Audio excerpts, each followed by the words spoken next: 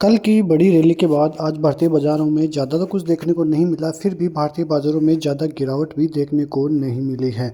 कल यहाँ पे क्लोजिंग के हिसाब से देखें तो 24,200 के ऊपर की क्लोजिंग थी। लेकिन आज बाजार खुलने के साथ ही अच्छा खासा गैप अप लिया, लेकिन वो गैप अप सस्टेन नहीं कर पाया, क्योंकि ऊपरी लेवलों पे आप देखोगे तो 24,370 के लगभग आपको बड़ा रेजिस्टेंस देखने को मिलेगा, जो कि वहाँ पे पड़ता है 50 EMA और 100 EMA। और यदि वो क्रॉस होता है तब जाके ही हमें एक बड़ी रैली देखने को मिलेगी। और यदि वो रैली सस्टेन होती है तो भारतीय बाजारों के लिए अच्छा खासा मौका बन सकता है। लेकिन ये यहाँ पे बाजार का रुकना भी अच्छी खासी बड़ी तेजी के संकेत ही हमें देखने को मिल रहे हैं। यहाँ पे आज के आप देखो तो लगभग 1150 शेयर एडवांस एज में और 761 शेयर डिक्लाइन में आपको यहाँ पे देखने को मिल जाएंगे।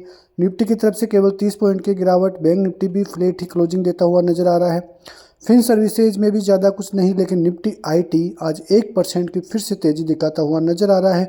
Nifty IT index all time high पे चल रहा है, जो कि काफ़ी पॉजिटिव संकेत भारतीय बाजारों के लिए हम लेकर चल सकते हैं, क्योंकि लगातार हम यही बात कर रहे हैं कि अभी जो वैल्यूएशंस अच्छे हैं वो है बैंकिंग सेक्टर में और आईटी सेक्टर में, क्योंकि यहाँ पे रिजल्ट भी अच्छे आए थे, जो कि Q2 नतीजों के बाद ही भारतीय बाजारों में गिरावट थी। वहीं निफ्टी मिड कैप वहाँ पर भी फ्लैट ही क्लोजिंग देखने को मिल रही है। आज तो आज ज़्यादा कुछ खास देखने को मिला नहीं। भारतीय बाजार निचले स्तरों तक करीब 130 तक आता हुआ दिखाई दिया। उसके बाद अच्छा खासा रिवर्सल जो कि आप बाजार में देख सकते हैं। लेकिन ये जो तेज़ी है, कल की भी तेज़ी थी, आज की भी जिस प्रकार से फ्लैट क्लोजिंग है, वो क्लोजिंग अभी तो हम अच्छी मान के ही चल सकते हैं, क्योंकि FIH की जिस प्रकार से बाइंग कल के सेशन में देखने को मिली, लगभग 10,000 करोड़ की बाइंग देखने को मिली। और वो जो बाइंग आई है वो आई है 38 सेशंस के बाद।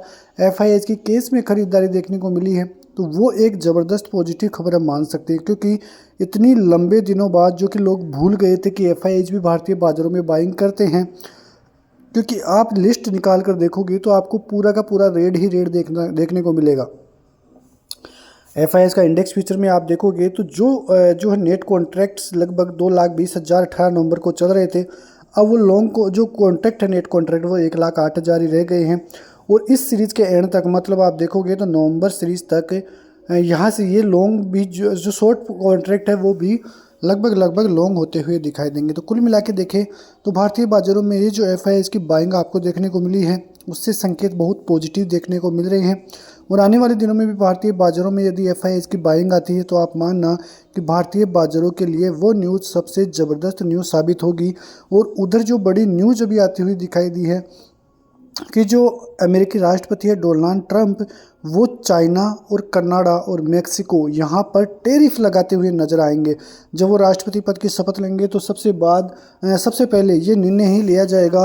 और ये खबर आने के बाद चाइना की और कनाडा की करेंसी में भारी दबाव देखने को आपको मिल जाएगा। तो ये एक बहुत ही बड़ी खबर अभी की आपको यहाँ पे देखने को मिलेगी। लेकिन भारतीय बाजारों का क्या, यानी कि भारत में टैरिफ डोनाल्ड ट्रंप लागू करते हैं नहीं करते हैं, इसका फैसला अभी नहीं है। और ऐसी कोई खबरें भी अभी तक तो नहीं आई हैं। लेकिन बहुत दिनों पहले ऐसी बात तो कर रहे थे ट्रंप की यदि राष्ट्रपति बनते हैं तो उसके बाद भारतीय पर भी टैरिफ वो लगा सकते हैं। लेकिन अभी तक ये निर्णय आता हुआ दिखाई नहीं दिया है। और एक तरह से देखें तो भारतीय बाजारों के लिए थोड़ी खुशी भी है, क्योंकि जो भारतीय बाजारों में भारत में अभी के लिए जो सबसे दुश्मन कंट्रीज़ है, मतलब थोड़ी एनिमी कंट्रीज़ माने तो वो पाकिस्तान के बाद चीन और कनाडा ही हम मान के चलते हैं।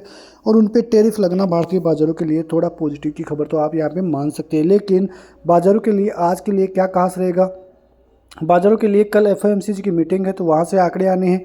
इनिशियल जॉबलेस क्लेम के आंकड़े भी 27 तारीख को यानी कि कल आने वाले हैं, तो वहाँ पर भी नजरें बाजार की रहेगी।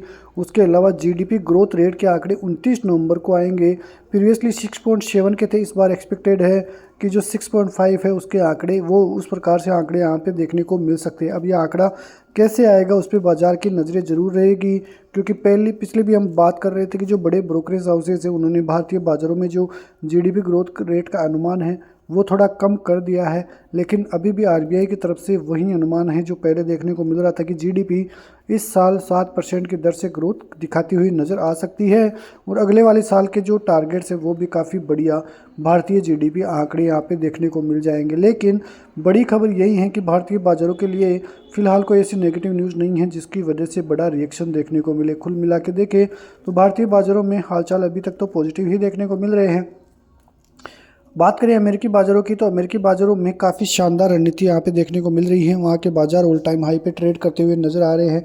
नेस्डेक में फिर भी थोड़ा दबाव देखने को मिल रहा है, लेकिन डाउ जोन्स और S&P जहाँ पर काफ़ी अच्छी और ज़बरदस्त तेज़ी का मूड माहौल ही आपको देखने को मिल जाएगा। फिलहाल भारतीय बाज़ारों की फिर से बात करें तो भारतीय बाज़ारों में लेवल्स काफ़ी शानदार देखने को मिलेंगे। निफ्टी के लिए बात करें तो 24,400 का एक ज़बरदस्त रेजिस्टेंस है, क्योंकि भारतीय बाज़ारों में आप देखें तो 24,000 से 24,500 की रेंज में भारतीय बाज़ार अब कामकाज करते हुए नज़र आ रहे हैं। 24,400 के बाद 24,500 टूटता है तो फिर आपको 25,000 तक की रेंज सीधे सीधे खुलती हुई नज़र आने वाली है। सपोर्ट जोन की बात करें तो 24,130 जो कि पहला सपोर्ट जोन रहेगा, और उसके बाद 24,000 ये सपोर्ट जोन टूटते हैं तो हमारा जो ऊपरी इस मतलब जो पॉजिटिव संकेत है वो फिर नेगेटिव होते हुए दिखाई देंगे। उसके बाद बाजार में फिर से निचले स्तरों पे ही बाजार जाता हुआ दिखाई दे सकता है, लेकिन फिलहाल भारतीय बाज़ारों में अच्छे खासे सपोर्ट जोन है जो कि 24,000 के लगभग है।